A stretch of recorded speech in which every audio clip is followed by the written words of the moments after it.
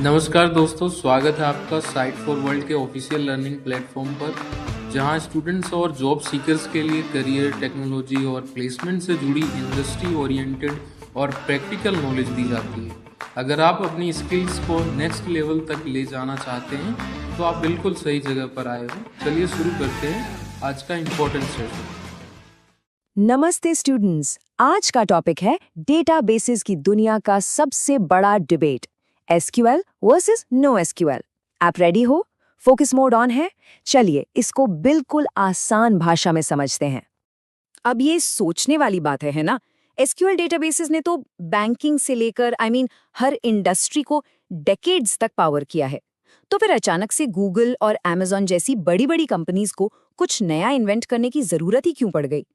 इसी सवाल में इस पूरी कहानी का राज छिपा है। तो इस कहानी को बिल्कुल शुरू से समझते हैं। स्क्रीन पे ध्यान है ना? पहले चलते हैं उस दौर में जब हर तरफ बस एसक्यूएल का ही राज था। तो ये है रिलेशनल डेटाबेस, जिसको हम आरडीबीएमएस भी कहते हैं। इसमें होता क्या है? बेसिकली डेटा को एकदम प्रॉपर टेबल्स में ऑर्गेनाइज किया जाता है।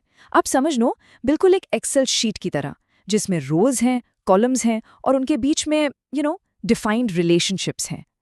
ये कॉन्सेप्ट क्लियर है? तो एसक्यूएल की सबसे बड़ी ताकत क्या थी? उसकी रिलायबिलिटी।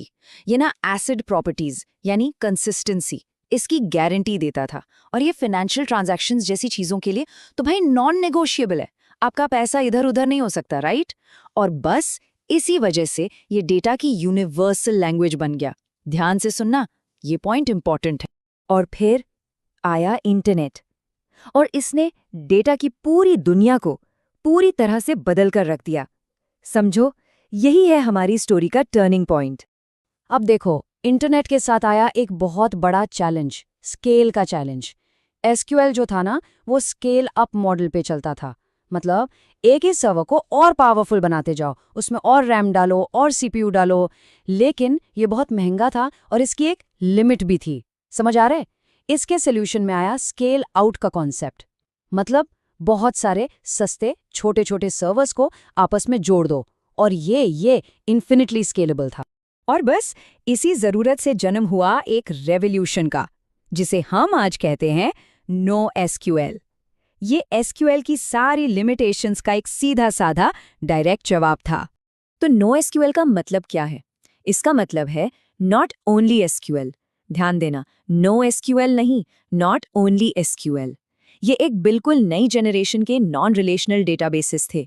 इन्हें स्पेशली डिजाइन किया गया था मैसिव, मतलब बहुत बड़े और अलग अलग टाइप के डेटा को हैंडल करने के लिए, और सबसे इंपॉर्टेंट, कई सर्वर्स पर आसानी से स्केल आउट करने के लिए। अब इसके कोर फीचर्स देखते हैं, ठीक है? पहला, स्कीमालेस, मतलब डेटा स्टोर करने के लिए कोई फिक्स्ड रिजिड स्ट्रक्चर की जरूरत नहीं है, फुल फ्लेक्सिबिलिटी। दूसरा, डिस्ट्रीब्यूटेड बाय डिजाइन, मतलब ये सर्वर्स के क्लस्टर पर चलने के लिए ही बनाए गए थे। और तीसरा, ये अनस्ट्रक्चर्ड डेटा, जैसे आपके टेक्स्ट, इमेजेस, वीडियोस, इस सब के लिए एकदम परफेक्ट था। और यही तो मॉडर्न वेब को चाहिए था, है ना? अब एक बहुत इंपॉर्टेंट बात ध्यान से सुनना। नो एसक्यूएल कोई एक सिंगल डेटाबेस नहीं है। नहीं, ये एक पूरी फैमिली है, जिसमें हर अलग अलग काम के लिए अलग अलग स्पेशलाइज्ड टूल्स हैं। तो इस फैमिली का पहला मेंबर है की वैल्यू स्टोर्स। एग्जाम्पल के लिए रेडिस, ये सबसे सिंपल टाइप है। आप इसको एक बहुत बड़ी डिक्शनरी की तरह इमेजिन कर सकते हो। आप एक की दोगे और सिस्टम आपको उसकी वैल्यू दे देगा। सिंपल। ये स्पीड के लिए ऑप्टिमाइज्ड होते हैं, इसीलिए कैशिंग में इनका बहुत ज्यादा यूज होता है। चलो आगे बढ़ते हैं। नेक्स्ट है डॉक्यूमेंट डेटाबेसेस। सबसे फेमस एग्जाम्पल मोंगोडीबी। इसमें data flexible JSON like documents में स्टोर होता है। और पता है, वेब डेवलपर्स के बीच में ये बहुत ज़्यादा पॉपुलर है। क्यों? क्योंकि इसका स्ट्रक्चर, जैसा मैंने कहा, बहुत फ्लेक्सिबल होता है। इसके बाद आते हैं कॉलम फैमिली स्टोर्स, जैसे कैसेंड्रा। अब इनका फंडा थोड़ा अलग है। ये डेटा को रोज की जगह कॉलम्स में स्टोर करते हैं, और ये मैसिव डेटा सेट्स यानी बिग डेटा और एनालिटिक्स के लिए एकदम परफेक्ट हैं, खासकर जहां लिखने का काम यानी राइट लोड बहुत ज्यादा होता है। और आखिर में आते हैं ग्राफ डेटाबेसेस। एग्जाम्पल के लिए Neo4j। जैसा नाम है वैसा काम। इनका मेन काम है डेटा के बीच के कॉम्प्लेक्स रिलेशनशिप्स को स्टोर करना और उन्हें नेविगेट करना। सोचो, सोशल नेटवर्क्स, रिकमेंडेशन इंजन्स, इन सब के पीछे यही टेक्नोलॉजी काम कर रही है। फोकस बना हुआ है। तो सवाल अब ये उठता है कि भाई कब क्या यूज करें। चलो इस टेबल से समझते हैं। देखो, फाइनेंशियल डेटा है, जहां स्ट्रिक्ट कंसिस्टेंसी चाहिए तो RDBMS ही बेस्ट है। High speed user sessions manage करने हैं, की वैल्यू यूज करो। प्रोडक्ट रिकमेंडेशंस देने हैं, ग्राफ डेटाबेस से बेहतर कुछ नहीं।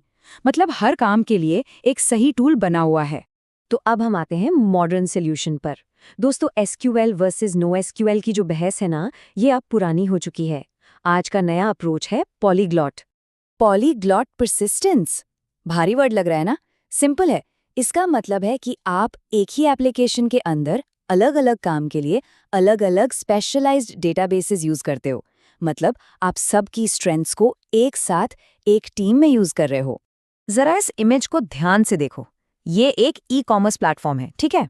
अब यहाँ देखो, फाइनेंशियल डेटा के लिए RDBMS यूज हो रहा है, यूजर सेशंस के लिए की वैल्यू स्टोर यूज हो रहा है, प्रोडक्ट कैटलॉग डॉक्यूमेंट डेटाबेस में है और रिकमेंडेशंस के लिए ग्राफ डेटाबेस। देखा, एक ही ऐप, अलग अलग काम, अलग अलग बेस्ट डेटाबेस। कितना ब्रिलियंट कॉन्सेप्ट है ये, है ना? और ये जो पूरा आर्किटेक्चर है, ये दिखाता है कि कैसे एंड यूजर्स, डेटा साइंटिस्ट्स, सब लोग अपनी जरूरत के हिसाब से अपने लिए बेस्ट डेटाबेस से इंटरैक्ट करते हैं। यही है दोस्तों एक मॉडर्न डेटा इकोसिस्टम। तो आखिर में हम इस कंक्लूजन पे आते हैं कि ये लड़ाई SQL वर्सेस नो SQL की है ही नहीं। ये है SQL एंड नो SQL, दोनों एक साथ एक टीम की तरह काम करते हैं। तो आज हमने क्या सीखा? चलो एक क्विक रिकैप करते हैं। नंबर 1, स्ट्रक्चर्ड डेटा और कंसिस्टेंसी के लिए SQL आज भी किंग है। नंबर 2, जब बात आती है मैसिव स्केल और फ्लेक्सिबिलिटी की, तो NoSQL के पास बहुत पावरफुल ऑप्शंस हैं। और सबसे इंपॉर्टेंट, मॉडर्न एप्लीकेशंस दोनों को एक साथ यूज करके ही बेस्ट रिजल्ट्स पाते हैं। इसको नोट किया? इसलिए असली सवाल अब ये नहीं बचा कि कौन सा डेटाबेस बेहतर है। असली सवाल ये है कि आपका डेटा क्या वो सही भाषा बोल रहा है? इस थॉट प्रोवोकिंग सवाल के साथ हम आज का ये सेशन यहीं खत्म करते हैं। नेक्स्ट टाइम मिलेंगे एक नए इंटरेस्टिंग टॉपिक के साथ। हमारे चैनल को सब्सक्राइब कीजिए और वीडियो को अपने दोस्तों के साथ शेयर जरूर कीजिए। कमेंट सेक्शन में अपना डाउट या नेक्स्ट टॉपिक लिखना मत भूलिएगा।